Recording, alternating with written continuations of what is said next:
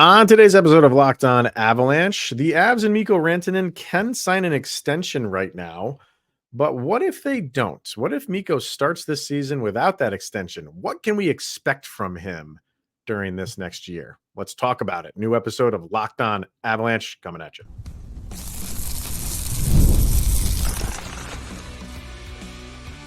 Your Locked On Avalanche, your daily podcast on the Colorado Avalanche. Part of the Locked On Podcast Network. Your team every day. All right, everybody. Welcome to the Locked On Avalanche podcast, part of the Locked On Podcast Network. Your team every day. I'm your host, Chris Maselli. With me, as always, is Mr. Shaggy Von Doom, Kyle Sullivan. Thank you for tuning in, making it your first listen of the day. Always appreciated. Make sure you're following us on social media outlets, LOPN_Avalanche on Twitter, X, Locked On Avalanche on Instagram and Threads. Questions, comments, concerns, and opinions, lockedonavalanche@gmail.com. And follow us on our YouTube channel. Hit subscribe, get notified when a new show goes live. Make sure you subscribe to our subtext as well. Link to that's in the show notes below, because when you do, you chat with Kyle and I one-on-one. Get your opinion, everything Avalanche related, which we share on this very podcast, like we will do later. Not done with season grades. Jared Bednar's season grade. We will get to his later. And we have a few more questions that people threw out to us that we want to answer as well. One of them was about Mikko Rantanen. So why don't we start there, sir? Sound good? Why not? I know that guy. Oh, yeah, I know the name. I know a lot of people name their cats after him and their dogs after, right? It's a cool name. Yeah, and he also plays for the Colorado Avalanche. He's also due for a new contract after this next year. The Avalanche can negotiate and they can extend him now if they wanted to. They have the right to do that. I think I'll start there, because the main crux of this conversation is going to be like, if they don't, and he goes into this season without a contract, how do we think the year's going to go? But let's just throw this out there first.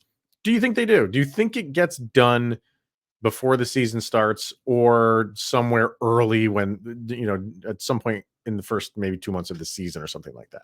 Well, again, it comes down to money. Sure. And it's going to be rough if you do it now.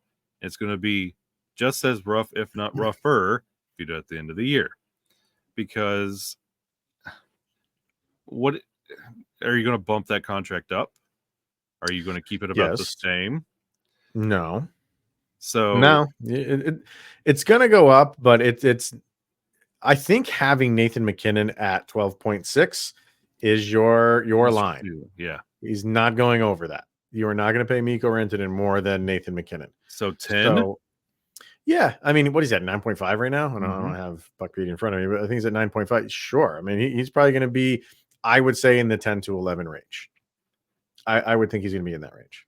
All right. So you're 11.5 at the highest. I'll go. Oh, and we'll be talking about that. I don't know if we should be going 11.5. Okay. But 10 sounds fine. Bump them up to 10, give them 10 per.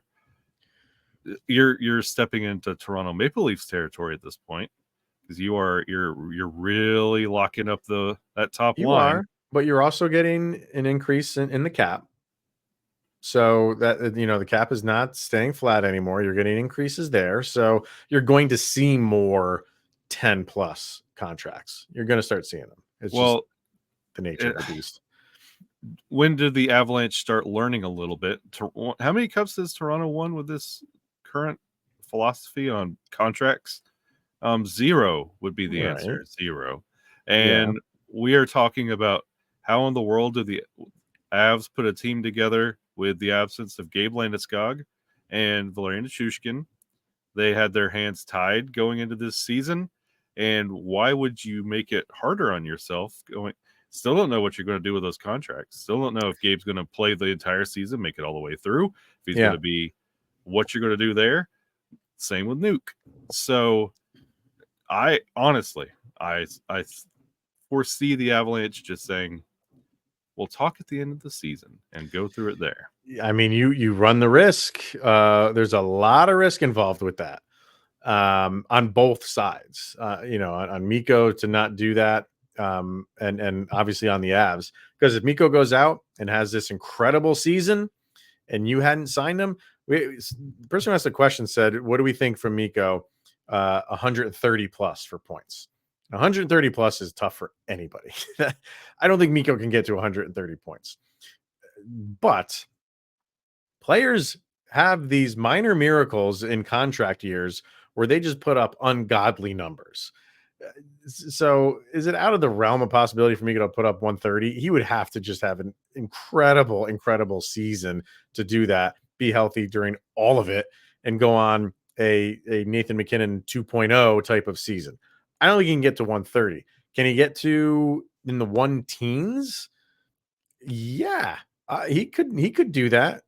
So, and if he does it, if the Avs say like, we want to sign you, but we have some cap issues. We don't know what's going on with Val and with Gabe. So, we don't have 100% accuracy in knowing what our cap situation is like right now. So let's just put this off. And then Mikko goes out and does what he does. He just upped his number a little bit more rather than just saying, we know what we have in Mikko Rantanen. Mikko Rantanen is not the problem.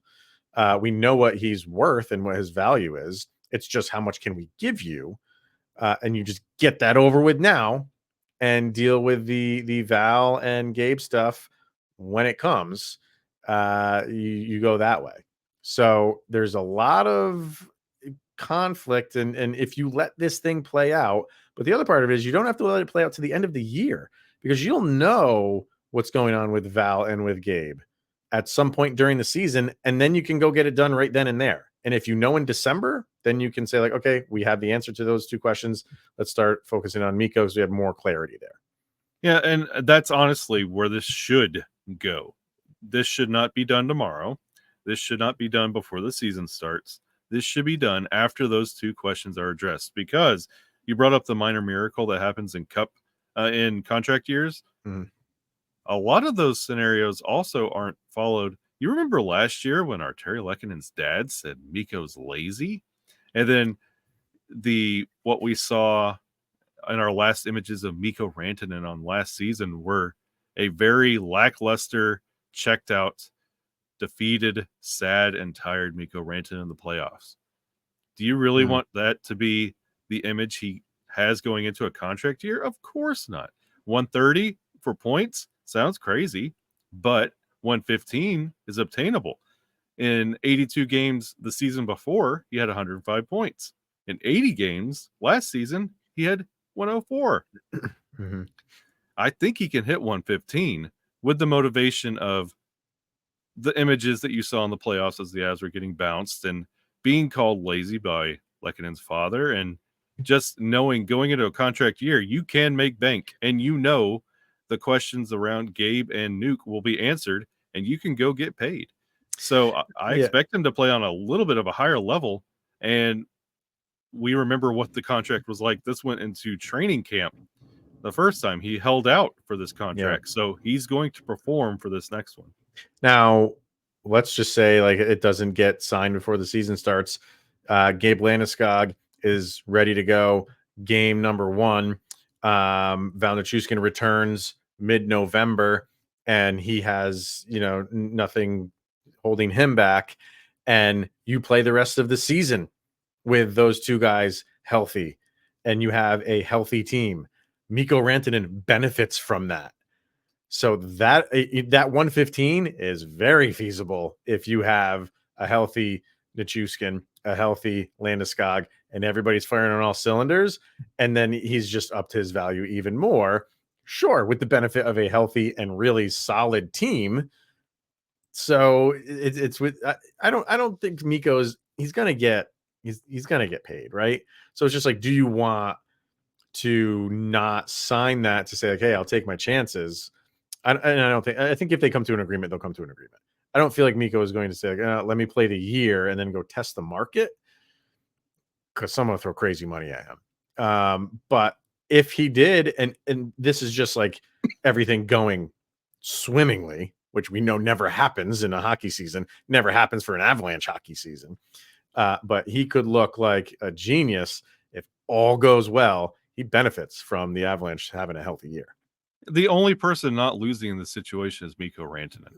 The Avs, at worst, will have to pay more because they're not going to allow him to go anywhere else. And Mikko, honestly, I don't think he wants to go anywhere else. I think he likes his time in Colorado. I think he likes having the safety net of Nathan MacKinnon and Cale Makar always playing with him. You're not going to – the teams that could pay you astronomical amounts do not have a Nathan MacKinnon, Cale Makar caliber on their team. They have that money because they're not paying those caliber players on their team. And you don't want to go out there and just be Mikko Rantanen and a bunch of guys. You want to be on the Colorado Avalanche. So if they have to pay him 11, if they have to pay him 10.5, you can make that at the end of the year with a healthy team and your stats overinflated. Now, hasn't there never been a team to win the Stanley Cup with a guy making $10 million or more? I'm almost positive. I see producer Drew putting that up all the time. And I don't, because Nathan MacKinnon was not on this contract when they won it. So I believe that is true, that no team has won the Stanley Cup that has a contract on the books that is $10 million or more. The Avalanche will have at least 3 when Cale Makar gets his extension. That's bulletin board material. Yeah. So, but it's going to happen sooner or later, like I said, because the cap is just going to continue to go up. You're going to have a lot more of these 10 million plus contracts. It's just how it's headed. So sooner or later, that record will come to an end. Love to be the Avalanche to end that. So, Mikko Rantanen, and we're just talking about his ability and the contract that he'll get. We didn't really even get into how he ended the year last year. You touched on it, but I don't I think you think people are hanging on that a little bit too much. Yeah. He didn't have a good postseason, but I don't think that defines Mikko Rantanen. I think he's going to have just a fine year. I think he bounces back from that, and he just looks back and no, they got the best of me in the postseason. Do I got to play better? Yeah. Well, this is also coming off Val leaving the team in the playoffs. What defines who when it comes to what you bring to the Colorado Avalanche? You've been burned a couple times, and if that's your last image of Mikko Rantanen, that's stuck in your head because you would have liked to see him play to his potential. And I know Mikko's also thinking the same thing, that, hey, I can't have that hanging out there. I could play better than that, and I am better than that. Yeah. Be interesting to see if he does enter the season without that extension. Could happen at any time. And it happened with Devon Taves, I think, last year. They did it in November, I think. So at any point during the season, you could just get that notification. Avs and Mikko reach an agreement. Wouldn't surprise me. All right, let's get our first break in, and we come back. We had another question on a Marvel what if in Avs history. Let's get to that after this. Let's hear from eBay Motors. Passion, drive, and patience. The formula for winning championships. It's also what keeps your ride or die alive. And eBay Motors is everything you need to maintain your vehicle and level it up to peak performance with superchargers, roof racks, exhaust kits, LED headlights, and more. Whether you're into speed, power, style. We know that as what, Mr. Sullivan? The Nathan MacKinnon trilogy. eBay Motors has you covered with over 122 million parts for your number one ride or die. You'll always find exactly what you're looking for. And with eBay Guaranteed Fit, your part is guaranteed to fit your ride every time or your money back. Because with eBay Motors, you're burning rubber and not cash. With all of the parts you need at the prices you want, it's easy to make your car the MVP and bring home the win and keep your ride or die alive at ebaymotors.com. Eligible items only. Exclusions apply. And eBay Guaranteed Fit is only available to U.S. customers. Always like a good game of what if, and we did have a question on this. What is the biggest what if in Avs history? There's a ton you can choose from here. To answer the question that I threw out, the thing that always comes to my mind immediately is the Gabe Landeskog offsides in the playoffs against San Jose. That one I just cannot get over. For whatever reason, I just feel like was a horrible, terrible call. It's one of those things where we are looking at the millimeters of someone being offside. It happened in the playoffs. How many times it happened in the playoffs? Where if you're going, you got to spend 3 to 5 minutes looking frame by frame, just call the guy on sides.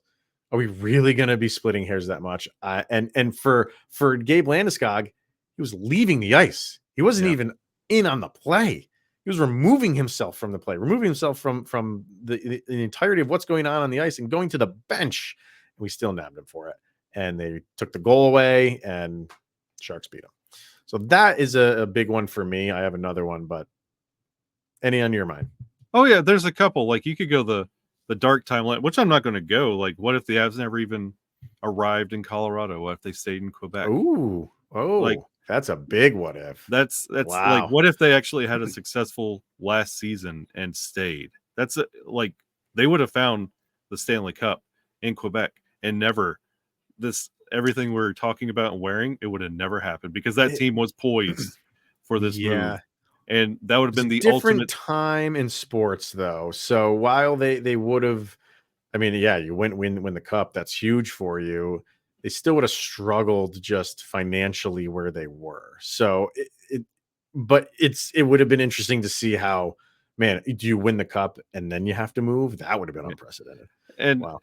But that one is that's a big one. But mine's a little bit more recent. Mm-hmm. What if they did not lose Game 7 in the bubble against Dallas? What if that was Dallas, because that would have led to a Tampa Bay Stanley Cup?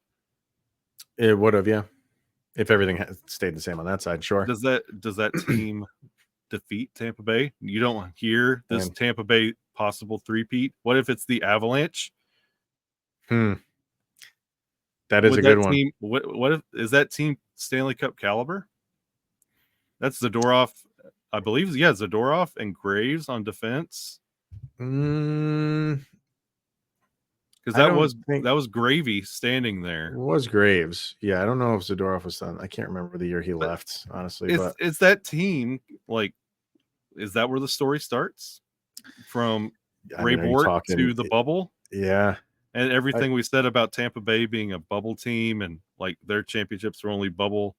Like, what if that was the Avalanche? And then you're talking Avalanche dynasty. If everything happens again in 2022, you're talking about, man.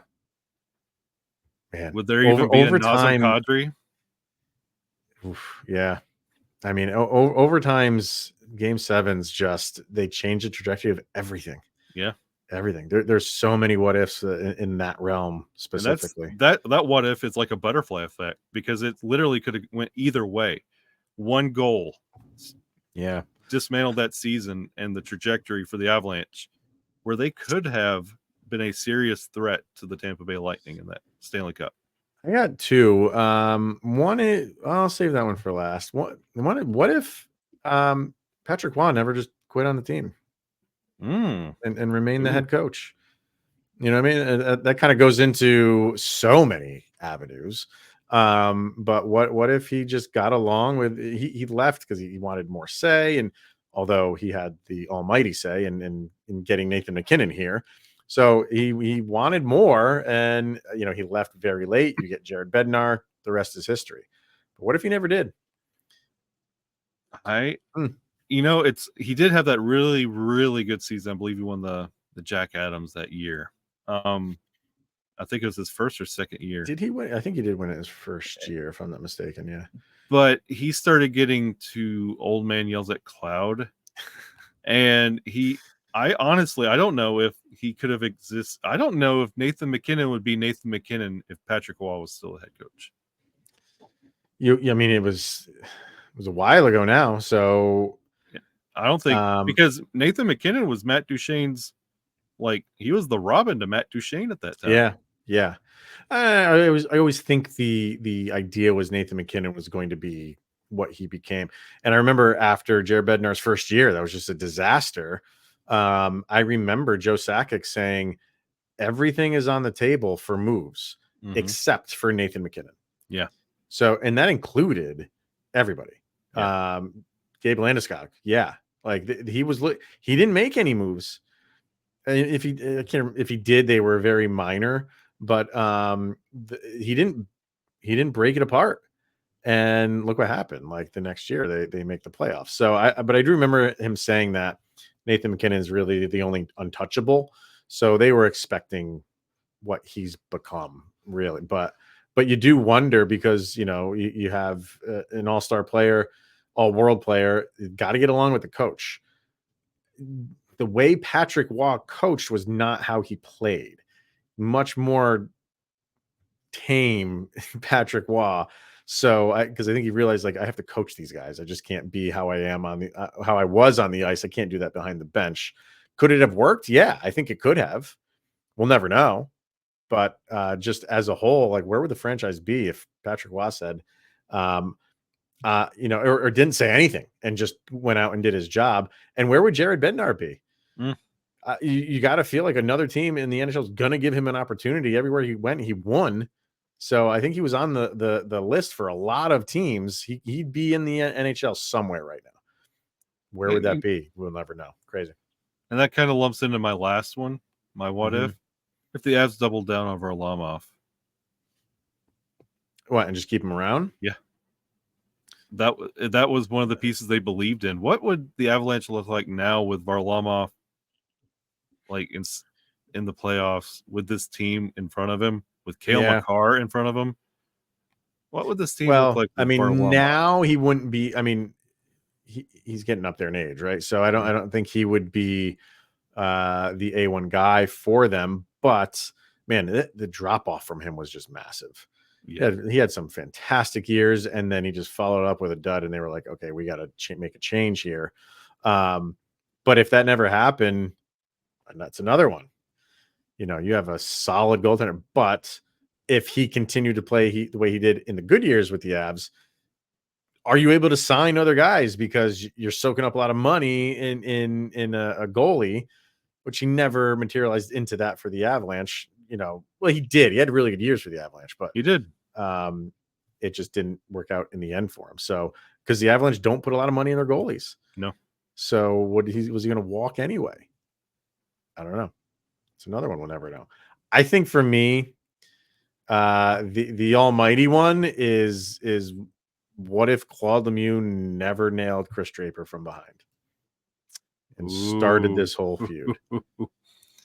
I think that is like the ultimate one. That is so good. Now, like you have, from the Avalanche perspective, the Avalanche will tell you, well, it was started in the game before the Avalanche and the Red Wings met. Yeah. And I can't for the life of me remember who. I feel like it was Adam Foote who got hit towards the end of that game, and they didn't like it. They didn't like the hit, and there was some, tussling going on. And then the next time they played, that's when you got the Claude Lemieux hit on Draper, which just put it into overdrive. So I'm not going to argue where it starts, but a lot of people will say, "Oh, it's Detroit's fault." I think most people think it's the Avalanche fault, which I am inclined to agree with that. But what if he never does that? What if Claude Lemieux sees his numbers, he's against the board, and never lays that hit on Chris Draper? Do we get one of the greatest sports rivalries for a period of time ever? Don't know. With the ingredients that were there in between 96 and probably 03, if you want to get to the Stanley Cup, your road was either Colorado or Detroit. Yep, absolutely. So if it didn't happen there, it could have happened in the playoffs. It could have, like, I feel like the ingredients were there for that to pop off at any time. And I feel like that was a beautiful, poetic, painting-like moment to where it did begin. But it was at a fever pitch at that moment. Anything could have sent it over the edge, and that was the moment that we got. But I feel like the trajectory of those two teams in that time period, it was going to happen eventually. I think it could have been just a different rivalry of, like you said, just like the road goes through one of those two cities. Yeah. And that's the rivalry. But the rivalry is known as these guys are just killing each other. Yeah. And it wasn't, it was about what was on the ice in terms of the play, but a lot of it was like, how many penalty minutes are we going to get in this game? And that was the question every single game that they met. So it kind of took away from the play and was more about like the show. But people tuned in for that. They absolutely tuned in. So I think you're right. I think in some capacity, it was going to be Avs Red Wings are it. They're the two top teams year in and year out, it seems like. But the way that it went is all based on that hit. Yep. And if that didn't happen, it doesn't go to everybody on the ice is not on the ice because everybody on the ice got into a brawl. Doesn't happen. Crazy. Crazy. So I know there's a ton. We could probably fill up a whole show with other what ifs. So I'm kind of interested to see some comments that are get thrown out there. I'm sure there's what ifs on not letting a free agent go, We or might have to revisit this. yeah. This is a good topic for the off season. So one more thing we got to get to, and that is Jared Bednar's season grade. So let's get our last break in, and we'll do that right after this. All right, we got Game Time. It's an authorized ticket marketplace of Major League Baseball, which makes getting tickets faster and easier. Prices on the Game Time app actually go down the closer it gets to the first pitch, with killer last-minute deals, all-in pricing, views from your seats, and their lowest price guarantee. Game Time takes the guesswork out of buying tickets. What do we love about the Game Time experience? They have those priority last-minute deals. You can save up to 60% off when you're buying last-minute tickets for sporting events, concerts, comedy, and theaters. Flash deals, zone deals, all in pricing. You can turn that feature on and you see the total up front. There's no surprise fees at checkout. You have the seat views. You get the panoramic view from your seats in the app before you buy it. The lowest price guarantee, or Game Time will credit you 110% of the difference. So download the Game Time app, create an account, and use the code LOCKEDONNHL for $20 off your first purchase. Terms apply. And again, create the account. Redeem the code LOCKEDONNHL, LOCKEDON NHL for $20 off, and download Game Time today. Last minute tickets, lowest price guaranteed. All right, we have another season grade to get to. We only have one more after this, so we're going to do Chris McFarland after this one. So that'll be tomorrow. But right now we're going to get Jared Bednar in here. So if you're looking over on YouTube, there it is. A's across the board. No pluses, minuses, just straight A's for Mr. Jared Bednar. 57% on YouTube, 55% on Twitter, X, 63% on Instagram, 55% on Threads. So odd how we were just talking about a what if Jared Bednar, if Patrick Waugh hung around and Jared Bednar never came to the Avs. In some weird way, I'm kind of happy that Patrick Waugh did what he did. As royalty as he is with the Avalanche, if he doesn't kind of just say like, "Hey, I'm walking away," the Avs don't get Jared Bednar, and who is now their winningest coach in franchise history, will go down as the greatest coach in franchise history. And I think he's like the Mike Shanahan of the hockey world in Denver. He pretty much is going to stay here until they force him out. And I don't see that happening anytime soon. He's the perfect coach for this team. No, and he's incredible, and he's synonymous with Avalanche hockey and this brand of quote unquote Avalanche style. Like, you can't have that without Jared Bednar. And he doesn't get a plus or a minus because it kind of negates itself. Like, you look at what he again had to overcome as a coach with players going in and out of the assistance program, injuries. He handled it well. And demotions and promotions, Ryan Johansson, Tomas Tatar, he handled all of that. He put the Roaring 20s line together. He knows what he's doing when it comes to line combos. So that would have been a plus. But he had some weird challenges throughout the year that is not typical of Bednar. That in the situations, I really would have preferred him not to go down that path. But we did. We live, we learn, we move on. So it kind of dipped it back down to a flat A. Mm-hmm. But Bednar will be the greatest coach in Colorado Avalanche history if he's not already. And I don't know what there's more to say about him. Like, he is literally synonymous with this style, this speed, this action, this calm, cool, collected. Just, he is the face of the Avalanche. I think just everybody has bought into his system, and they get guys that work for that system. And it's like, and if you can't do it, you're going to get demoted or you're going to be out. And I think maybe to a little bit of an extent, maybe that's his kryptonite, is that he sticks to that system too much. But I think if you were to ask him, he just says that it's our system, which this is the best thing that works for us. I think, some people get on him for not making adjustments. I think he makes adjustments. They're just not these sweeping, massive adjustments. And I don't blame him for doing that. That you can't keep just saying like, hey, this is our system, and then go changing it all the time. Yeah. You have to have the system in place, and sometimes it's not going to work. But the results that he's gotten has shown you it works way more than it doesn't work. So the times it doesn't work, you make those little adjustments, and if those little adjustments get you that win, great. If they don't, all right, well, it didn't work this time. They got the best of us, and you turn around and you fight to live another day. So I like that style.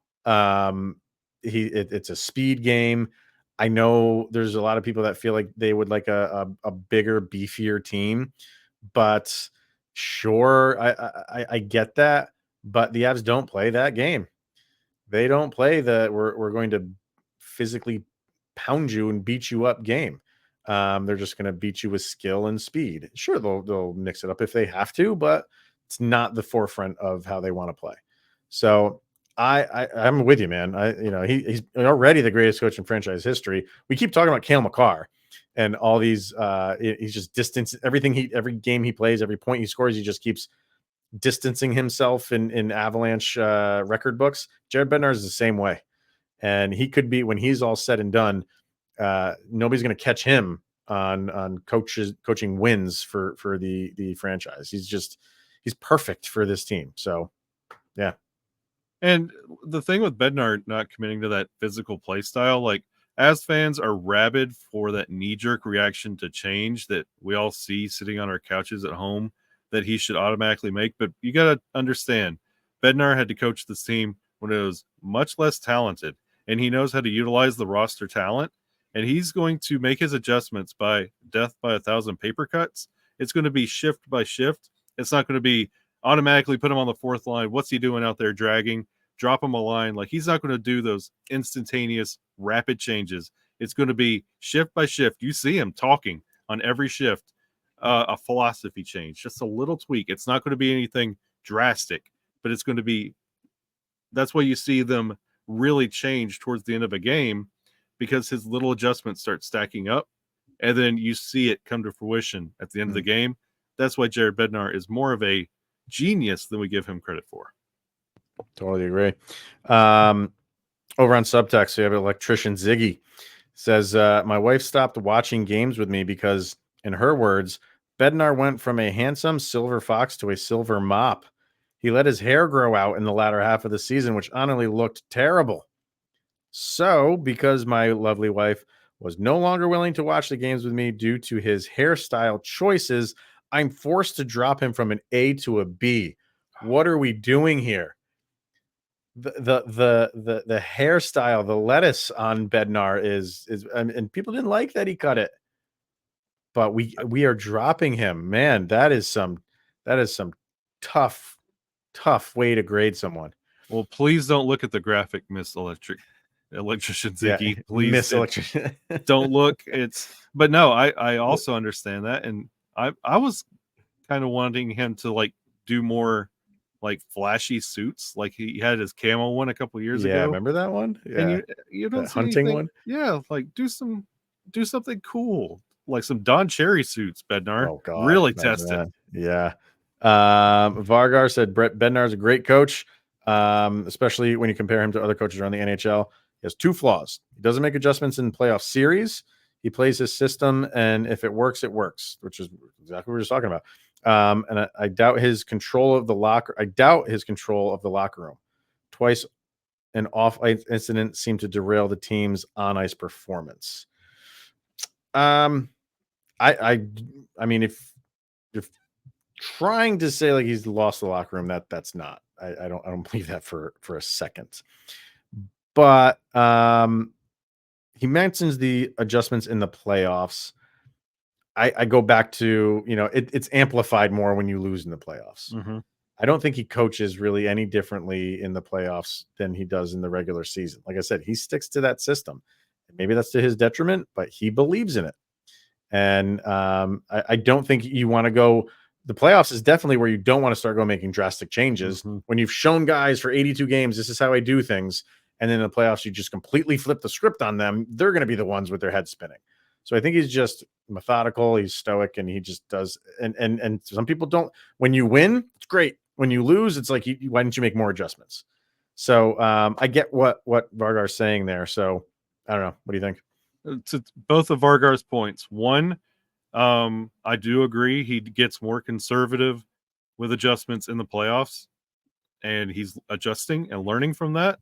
But when it comes to the locker room, Bednar cut his teeth in the minors and in just every level of hockey.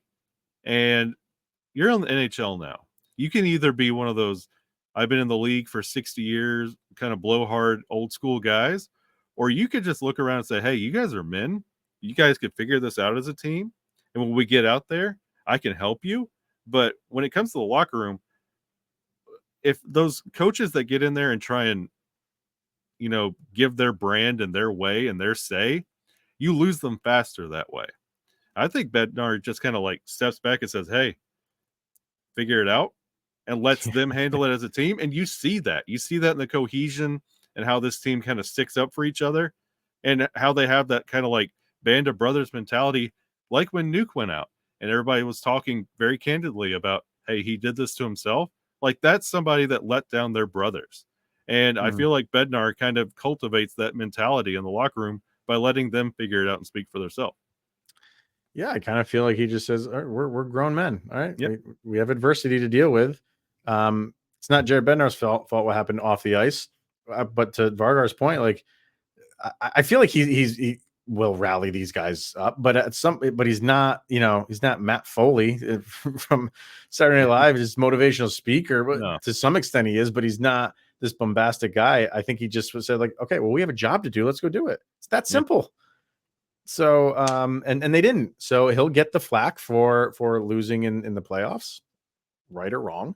But overall, it's a shame that this guy has not won a Jack Adams Award, and it's kind of a joke. So this is why we boo Gary Bettman.